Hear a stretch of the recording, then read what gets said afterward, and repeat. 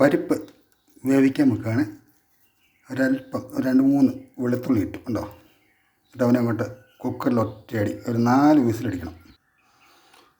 പച്ചക്കറി കഷ്ണങ്ങൾ കിഴങ്ങ്, ക്യാരറ്റ്, ഒരു വഴുതനങ്ങ, ഇച്ചിരി വെള്ളരിക്ക, 3-4 കഷ്ണങ്ങൾ മാത്രമേ ഉള്ളൂ. 2 മുരിങ്ങക്കായും ചേർക്കും, തക്കാളിയും ചേർക്കും. ഒരു ചിന്ന സാമ്പാർ എളുപ്പത്തിലുണ്ടാക്കുന്നതാണ്. നമ്മുടെ പച്ചക്കറി ഇങ്ങനെ വെന്തുകൊണ്ടിരിക്കുകയാണ്. അതിനുശേഷം നമുക്ക് ചേർക്കാൻ പോകുന്ന സാധനങ്ങൾ കണ്ടു.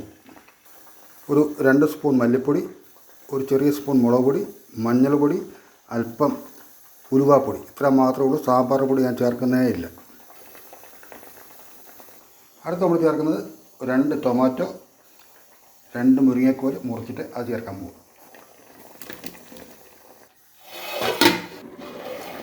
ആഹാ, നന്നായിട്ട് വെന്തിട്ടുണ്ട്.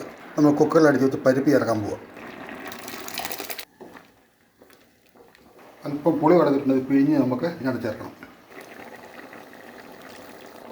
ആവശ്യത്തിന് ഉപ്പ്.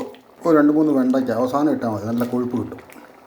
ഒരു 3-4 ചെറിയ ഉള്ളി അത് സ്ലൈസ് ചെയ്തത്, 2 വറ്റൽമുളക്. നമുക്ക് കടുക് വറക്കാൻ. ഇതുവരെ നമ്മൾ എണ്ണ ചേർത്തിട്ടില്ല അതിനകത്ത്. കടുക് വറക്കാൻ നമുക്ക് അല്പം വെളിച്ചെണ്ണ ഒഴിക്കാം. അല്പം കായപ്പൊടി.